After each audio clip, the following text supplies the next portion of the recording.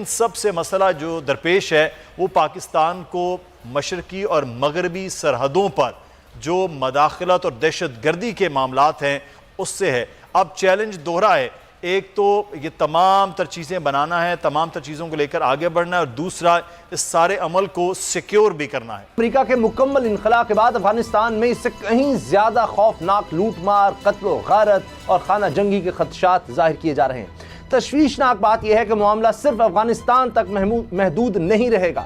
امریکی انخلا کو لے کر جتنی جلدی امریکہ نے افغانستان پر چڑھائی کی تھی اس سے بھی زیادہ تیزی سے اب وہاں سے بھاگ رہا ہے۔ خبر یہ ہے کہ امریکہ نے رات کی تاریکی میں بگرام ایئر بیس خالی کر دیا۔ یہ کارروائی اتنی تیزی اور خاموشی سے کی گئی کہ افغان فوج کو کانوں کان خبر تک نہ ہوئی۔ پتہ اس وقت چلا جب امریکی فوج کے چھوڑے گئے سامان کی لوٹ مار شروع ہوئی۔ اسے صرف ایک جھلک قرار دیا جا رہا ہے، صرف ایک جھلک، ورنہ امریکہ کے مکمل انخلا کے بعد افغانستان میں اس سے کہیں زیادہ خوفناک لوٹ مار، قتل و غارت اور خانہ جنگی کے خدشات ظاہر کیے جا رہے ہیں۔ تشویشناک بات یہ ہے کہ معاملہ صرف افغانستان تک محدود نہیں رہے گا۔ امریکی انخلا کو لے کر خطے پر بد امنی کے بادل منڈلا رہے ہیں۔ طالبان کی طرف سے 200 سے زائد اضلاع پر قبضے کا دعویٰ کیا جا رہا ہے۔ امریکہ کی طرف سے طاقت کے زور پر مسلط کسی بھی حکومت کو تسلیم نہ کرنے کا بیان بھی سامنے آیا ہے، لیکن افغانستان کو اس حال تک پہنچانے والوں کی طرف سے ایسے بیان پر دنیا سوال اٹھا رہی ہے۔ دوسری طرف بلوچستان میں بھی امن و امان کا مسئلہ ہمیشہ سے سوالیہ نشان رہا ہے، جس کا امن بھارت نے افغان سرزمین کا استعمال کر کے اب تک برباد کیا۔ لیکن سوال یہ ہے کہ کیا افغانستان میں آنے والی تبدیلی کے بعد اب یہاں بھی کوئی تبدیلی آئے گی یا نہیں؟ وزیر اعظم عمران خان کہتے ہیں کہ وہ بلوچستان میں امن و امان کے لیے شرپسندوں کے ساتھ بھی بات چیت کو تیار ہیں۔ ماہرین کے مطابق یہ اچھا موقع ہے کیونکہ بلوچستان میں بھارتی دہشت گردی نیٹ ورک کمزور پڑ گیا ہے۔ ایسے میں مذاکرات کی باتیں ناراض بلوچوں کو منانے کا اچھا موقع ثابت ہو سکتی ہیں، لیکن مذاکرات کے ساتھ ساتھ بلوچستان کے معاشی حالات کو بھی بہتر کرنا ہوگا۔ اس سے پہلے جو ہم پیکج کا کھیل کھیلتے آئے ہیں، اس سے آگے بڑھ کر بلوچستان کی حقیقی ترقی کے لیے کام کرنا ہوگا۔ جب اس ترقی کے ثمرات عام عوام تک پہنچیں گے تو پھر ہی شرپسندی کا خاتمہ ممکن ہوگا۔ کیا حکومت اس کے لیے بڑے اقدامات اٹھائے گی، یا پھر وزیر اعظم کا یہ بھی بیان ماضی کے حکمرانوں کے بیانات کی طرح سیاسی ثابت ہوگا؟ کیا عمران خان صاحب کا بیان کہ جی میں سوچ رہا ہوں، اور اس کے بعد فواد چودھری بھی کہہ رہے ہیں جی اس بارے میں اب پورا ایک میکنزم تیار کیا جا رہا ہے، یہ ہم نے ماضی میں بھی دیکھا ہے۔ کبھی ان سے بات چیت کی جاتی ہے، پھر ناراض بلوچ کہیں یا دہشت گرد کہیں، پھر ٹرم بدلنی پڑتی ہے، پہلے یہ دہشت گرد ہیں، پھر اس کے بعد ان کو کہا جاتا ہے جی یہ ناراض بلوچ ہیں۔ تو کس طرح سے ان سے بات چیت کا آغاز ہوگا اور کیا یہ سود مند بھی ہوگا؟ دیکھیے، اگر آپ ماضی میں جائیں تو بھی ریسنٹ پاسٹ کی بات کریں تو نون لیگ کے دور کے اندر آپ نے دیکھا جب وزیر اعلیٰ ثناء اللہ ظاہری صاحب تھے، اور اس سے پہلے بھی جو ایک وزیر کیا نام تھا ان کا، عبد المالک نہیں، وہ جو وزیر وہاں پہ داخلہ تھے، بگٹی صاحب، سرفراز بگٹی صاحب، انہوں نے بھی کافی ایسے لوگ جو ناراض بلوچ کا جن کو نام دیا گیا پہاڑوں سے نیچے ان کو لائے، اور انہوں نے ہتھیار جو ہیں اپنے پھینکے اور وہ قومی دھارے کے اندر شامل ہوئے۔ اب عمران خان صاحب، قطع کلامی معافی، آرمی چیف کا بھی بیان سامنے آیا ہے، وہ بھی کہہ رہے ہیں کہ سماجی اقتصادی ترقی کا عمل تیز کرنا ہوگا، بلوچستان میں دیر پا استحکام کی طرف بڑھنا ہوگا۔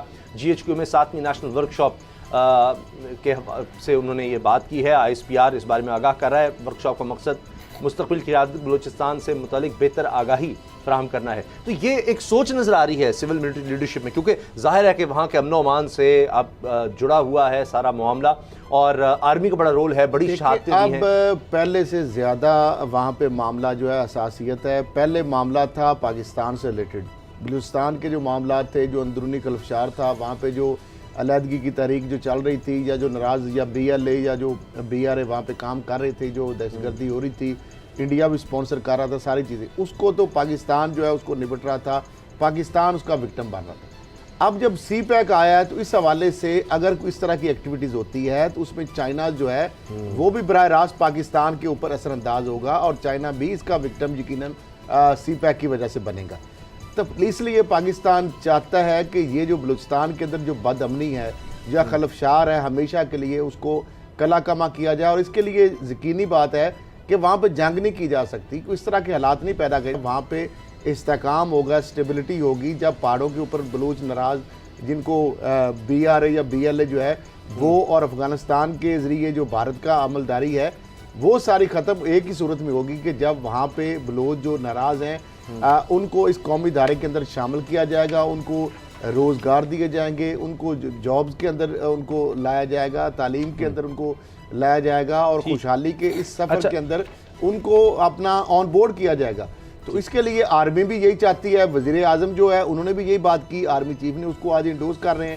تو بات تو وہی ہے کہ سارے بلوچ جو ناراض ہیں ان کو ایک پیج پر لے کے آیا جائے اور قومی ادارے کے اندر ان کو شامل کیا جائے۔ بابر ڈوگر صاحب، اس دفعہ کیسے یہ مختلف ہوگا؟ ماضی میں کئی دفعہ یہ ہو چکا، ہم بھٹو دور سے یہ دیکھ رہے ہیں، اس کے بعد مشرف دور میں بھی دیکھا، اکبر بگٹی جو ہیں جس طرح سے ان کا قتل ہوا، یہ سب کچھ ہم نے دیکھا ہے۔ تو اس کے بعد اب دیکھیں ابھی پاکستان اسٹاک ایکسچینج پر جس طرح سے حملے کی کوشش کی گئی، چین کے سفارت خانے پر، یہ سب کچھ ہو چکا ہے۔ اب کیا یہ وجہ ہے کہ فواد چودھری کہہ رہے ہیں کہ جو بھارتی نیٹ ورک تھا وہ کافی حد تک توڑ دیا ہے، تو یہ چاہتے ہیں کہ اس موقع سے فائدہ اٹھایا جائے کہ اب بھارت کا نیٹ ورک کمزور ہو رہا ہے، افغانستان کی صورتحال بدل رہی ہے، تو اس سے پہلے ایک دفعہ ان کو انگیج کر کے کوئی ایسا راستہ نکالا جا سکے جو قابل عمل ہو؟ اسامہ صاحب دیکھیں، بلوچستان کا جو سب سے اہم حل ہے، بلوچستان ایشو کا جو حل ہے وہ مذاکرات ہی ہیں۔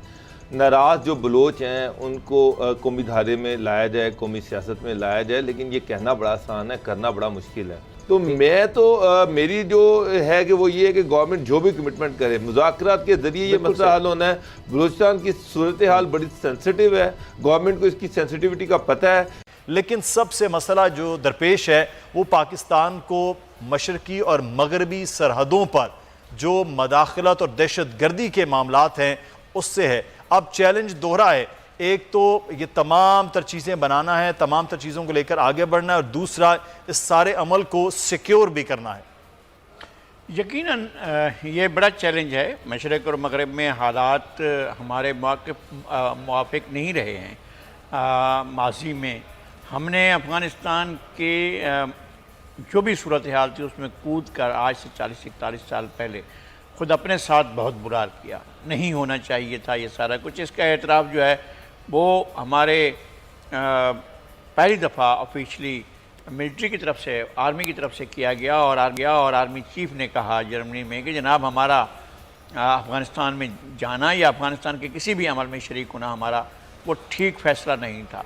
اور اسی طرح سے ہمیں انڈیا کے ساتھ غیر ضروری طور پر انگیجمنٹ بڑھانے سے پہلے ہمیں اپنے اہداف طے کر لینے چاہیے تھا کہ جناب دیکھیں یہ کشمیر کا مسئلہ ہے، یہ پانی کا مسئلہ ہے، یہ ساچن کا مسئلہ ہے، یہ سرکریک کا مسئلہ ہے، ہمارے یہ مسائل ہیں، ہمیں نے ان کو حل کرنا ہے، ہم نے راہداریاں کھولنی ہیں۔ ہم چاہتے ہیں کہ انڈیا اور پاکستان کے قریبی تعلقات ہوں، لیکن راستے میں جو رکاوٹیں بڑھی ہوئی ہیں ہمیں ان کو آئیڈینٹیفائی ہی نہیں کرنا ہے بلکہ ان کو ریزالو کرنا ہے، ان کو حل کرنا ہے، اور انڈیا کو اس بات پر آمادہ کرنا ہے کہ کشمیر کا حل نکلنا چاہیے، اور کشمیر کے عوام کی مرضی کے عین مطابق۔ یہ نہیں ہے مرضی کہ آپ ہر دفعہ الیکشن کرائیں اور ہر دفعہ کشمیری جو ٹوٹل بائیکاٹ۔ کبھی بھی جب الیکشن ہوئے تو وادی کے لوگ نہیں نکلے اور آگے پیچھے جموں کے لوگ نہیں نکلے، وہاں لداخ میں بہت بڑا یہ کارگل کے علاقے میں بالکل سناٹا ہوتا تھا اور یہ الیکشن پروسیس ہوتا تھا۔ میرے خیال میں ان مسائل کو ضرور دیکھنا چاہیے اور پاکستان کو ایک پرویکٹیو فارن پالیسی لے کر چلنا چاہیے کہ ان ایشوز پر بات کی جائے اور ڈکٹیشن نہ لی جائے کہ جناب وہاں سے آ گیا ہے کہ فرمان آ گیا ہے کہ جناب اب آپ انڈیا سے نارملائزیشن کی طرف جائیں۔ ضرور جائیں، نارملائزیشن ہونی چاہیے، لیکن اس کی اس کنڈیشن پر نہیں کہ ہم اپنے ایشوز جو ہیں ان سے وڈرا ہو جائیں۔ بالکل صحیح۔